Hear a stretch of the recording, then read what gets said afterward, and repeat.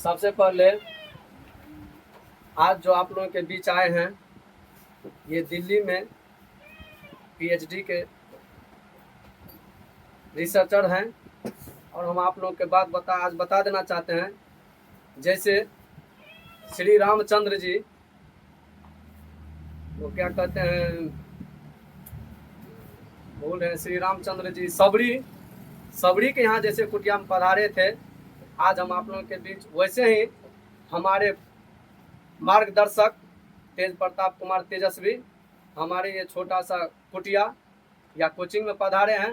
सबसे पहले इनके लिए जोरदार ताली बजाइए आप लोग।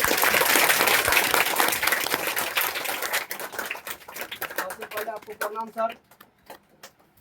आज आप लोगों को ये अपने जीवनी के बारे में बताएंगे।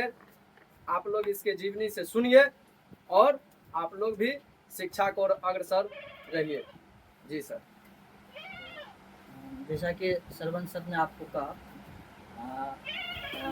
सरवण सर आपके अच्छे शिक्षक हैं और एक अच्छा व्यक्ति एक अच्छे व्यक्ति के सम्मान करता है, आदर करता है। आपने देखा कि इन्होंने फूल का माला तैयार किया और अच्छी माला है, लेकिन सवाल है कि इसका सम्मान है और बहुत बड़ा सम्मान है। ये सम्मान आपको कौन देता है? आपकी विद्या देती है। तरह में बहुत सारे लोग हैं या इस समाज में बहुत सारे लोग हैं, इनकी इच्छा हुई कि सर आइएगा मेरे कोचिंग पर। मैंने कहा था कि मैं आऊँगा।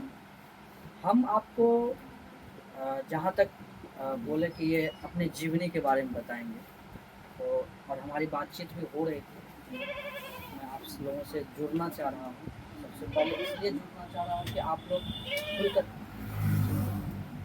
खुलकर बात कर सकें।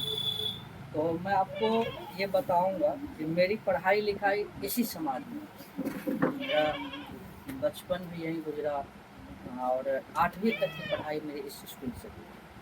सभी लोग, मनोज सर उस समय में प्राचार्य थे यहाँ पे। हम लोग भी इसी स्कूल में हंसना, बोलना, पढ़ना, लिखना सब कुछ सीखे और इसी से यहाँ से पढ़ाई किए। जब हम आपको बताएं, जब मैं 8वीं कक्षा में था, 8वीं कक्षा में था, तो मेरे पिताजी ये सोचते थे कि मैं इसको कैसे पढ़ा पाऊँ। बहुत चिंता होती थी उनको कि ये कैसे पढ़ेगा, क्योंकि हम लोगों के जो परिवार है, हमारे और आपके माँ बाप जो भी, वो मजदूरी करते हैं, मेहनत करते हैं, खेत में काम करते हैं, हर दिन काम करते हैं, तो रात में या महीने भर के खर्चा दिखाते हैं। उन लोगों का वो काम था। मेरे पापा भी पंजाब जाते थे, हरियाणा जाते थे और 8वीं पास करने के बाद मेरे पास विकल्प नहीं था कि मैं कहाँ जाऊँ। आप लोगों के पास तो अब सुविधाएं आ गई हैं, बहुत सारी सुविधाएं। किसी के पास मोबाइल है, तो किसी के पास पंखा है, बिजली है। हम लोगों के यहाँ बिजली नहीं आती थी, हम लोग जब तक पढ़ाई की तो डिबिया में पढ़ते थे रात भर। अब तो मैं देख रहा हूँ कि लोगों में वो संस्कृति नहीं रही।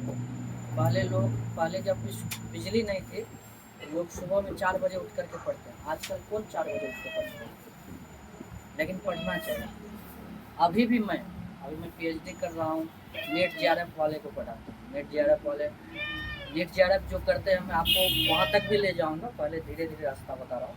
वहाँ नेट जेआरएफ वाले जो करते हैं उसको भारत सरकार 50,000 रुपये महीना, और मुझे आज दे रहा है 50,000 रुपये महीना 5 साल तक की पढ़ाई के लिए, पीएचडी करने के लिए, और मुझे वो दे रहा है। मैं भारत सरकार का फेलोशिप, मतलब जूनियर रिसर्च फेलोशिप जो होता है, और national NFOBC, national fellowship for other backward classes, तो मुझे national fellowship for other backward classes मिला हुआ। तो मेरे कहने का मतलब यह है कि आप जब चाहेंगे कुछ भी कर सकते हैं। इस समाज से जब मैं 8वीं में था और जब मेरे पिताजी, अरे सुन रहे हो तुम लोग, हिंदी समझ रही हो ना?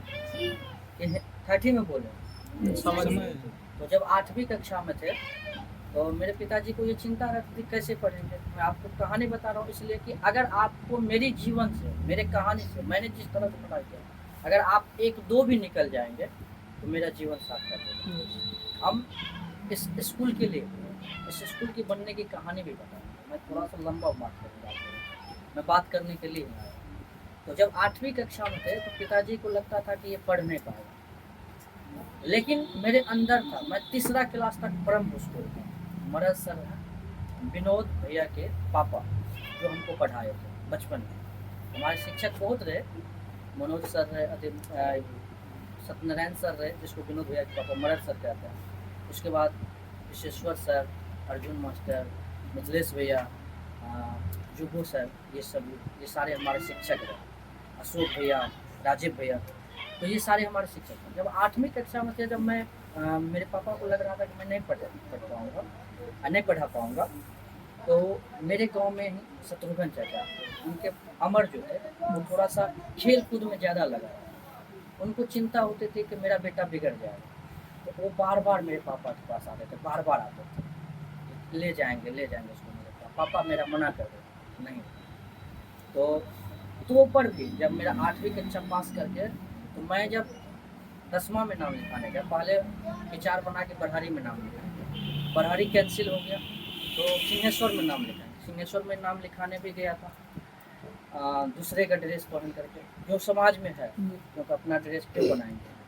तो वहाँ पर पता चला कि वहाँ पर एडमिशन नहीं हुआ। मनोज सर जो है, उन्होंने कहा कि बेटा जब तुम सिंहेश्वर तक आ सकते हो तो और 5 किलोमीटर साइकिल चला लेना। मधेपुरा में नाम लिखा, मैंने मधेपुरा में एंट्रेंस दिया, मधेपुरा में नाम लिखवाया, और रोज़ 3 महीने तक लगातार मैं 18 किलोमीटर जाता था, इसको आता था। सुबह में निकलता था, अगर मैं सिंहेश्वर में कोचिंग पकड़ लिया था तो सुबह में जब जाता था 5 बजे निकल जाए, 5-6 बजे।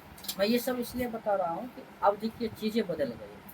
अब आपके पास जितनी सुविधाएं, उतनी सुविधाएं अब लोगों के पास पहले नहीं थी, तो लगातार जाता था। और एक बार तो पापा ने कहा था कि अब हो गया, गांव घर में ही पढ़ लीजिए, अब क्या कीजिएगा पढ़ के। तो आपके जीवन में भी ऐसा आएगा, लेकिन आपकी अगर जिज्ञासा रहेगी, आपका हौसला रहेगा, हिम्मत रहेगा, तो आप आगे बढ़ेंगे, निरंतर बढ़ेंगे। जैसे आप देखिए, अगर कोई BA पास करते हैं लड़की, तो उसको 50,000 रुपये। मेरी बहन मामा की बेटी BA पास, उसको 50,000 रुपया भी मिला बिहार सरकार को। अगर आप मैट्रिक इंटर करते हैं तो 10-15 हज़ार रुपये देते। तो जब सुविधाएं हैं, इसके अलावा जब आप में शिक्षा आती है, आपका ज्ञान बढ़ता है, संस्कार बढ़ता है, व्यवहार बदलता है। आप किससे कैसे बात करेंगे, कैसे किसको सम्मान करेंगे। अब आपके सरवन सर ने क्यों मुझे माला पहना करके स्वागत किया? शिक्षा, क्योंकि शिक्षा है। शिक्षा बहुत बड़ी ताकत है। बाबा भीमराव अंबेडकर को आप जानते हैं। बाबा भीमराव अंबेडकर की जीवनी इतनी प्रेरणादायक है कि हर व्यक्ति को पढ़ना चाहिए। हम लोग स्वामी विवेकानंद जी हमारा आइकॉन है, आदर्श है, लेकिन उससे बड़ा आदर्श है बाबा भीमराव अम्बेडकर।